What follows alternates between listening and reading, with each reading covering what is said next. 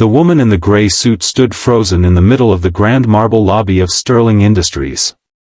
The morning light streamed through the glass doors as a little girl, no older than 8, stood in front of her, clutching a brown envelope to her chest. "Excuse me," the girl said softly, her voice trembling but brave. "My dad's sick, so I came instead." The CEO blinked, taken aback. She looked around, half expecting a parent to appear behind the child. But there was no one else. Just this small, red-haired girl in a purple jacket, looking up at her with earnest eyes. In that moment, no one in the busy lobby moved. The receptionist paused mid-keystroke. Even the security guard stopped walking. "Hey everyone, welcome back to Kindness Action, the place where real stories of compassion remind us that the smallest acts can change lives. If you believe in the power of kindness, make sure to subscribe, hit that like button, and share your thoughts in the comments below. We love hearing how kindness has touched your life. Now, let's get into today's story, a powerful reminder that sometimes, love shows up in the most unexpected ways. It all started on a rainy Monday morning. The CEO of Sterling Industries, Rebecca Sterling, was preparing for one of the biggest meetings of her career. Her company was set to finalize a major charity partnership with a small local service provider, a man named Daniel Hayes, who ran a community repair shop that helped struggling families fix their homes for free. Rebecca didn't know much about Daniel, except that he'd been relentlessly kind to others, even when business was slow. She'd only met him once, briefly, and remembered his genuine smile, the kind that made you believe he truly cared. But today, Daniel was supposed to deliver the final proposal in person. The meeting was set for 9 a.m. sharp. At 9:05, instead of Daniel, a little girl appeared in the lobby holding an envelope almost as big as her arm. When Rebecca came down to meet her, she expected an assistant's daughter or maybe a lost visitor. But the girl looked straight into her eyes and said, "My dad's sick, so I came instead." Rebecca crouched down gently. "Sweetheart, what's your name?" "Lily," the girl replied. "Lily Hayes." Rebecca's heart softened. "And your dad is Daniel Hayes?" Lily nodded. "Yes, ma'am. He told me he was supposed to come here today, but he got really sick last night. He said this paper was very important, and he didn't want to let you down. So, I came to bring it." Rebecca was speechless. The little girl's hair was damp from the rain, and her shoes squeaked on the shiny marble floor.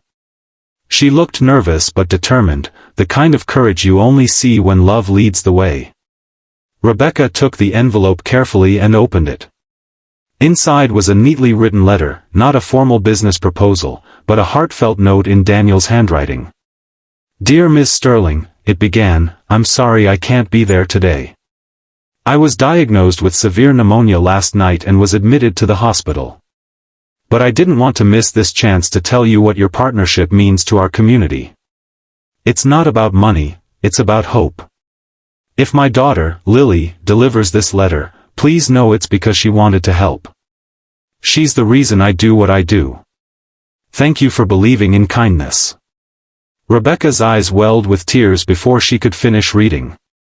She looked up at Lily, who stood there quietly, fiddling with the zipper of her purple jacket.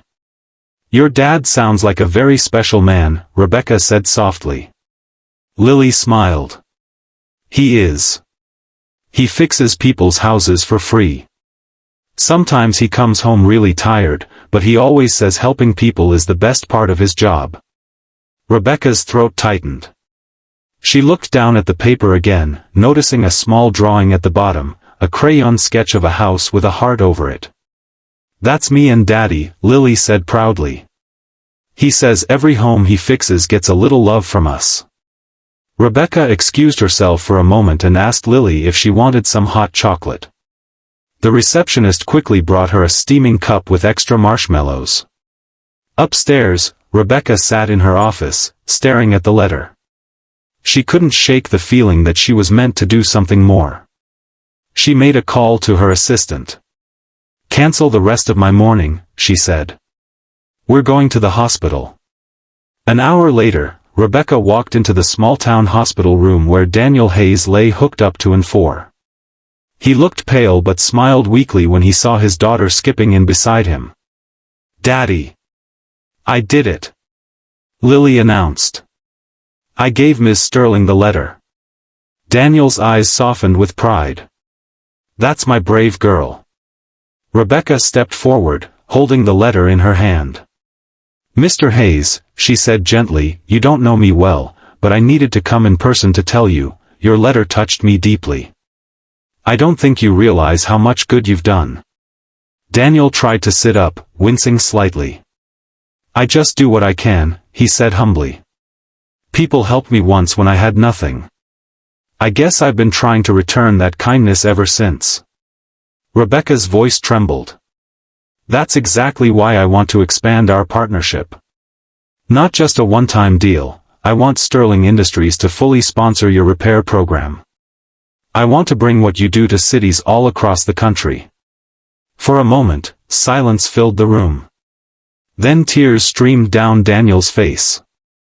I don't know what to say." Lily beamed. "Say thank you, Daddy." Rebecca laughed softly. "No need to thank me. You've been spreading kindness for years. It's time someone helped you do it even bigger." From that day forward, Sterling Industries and Daniel's community program worked hand in hand.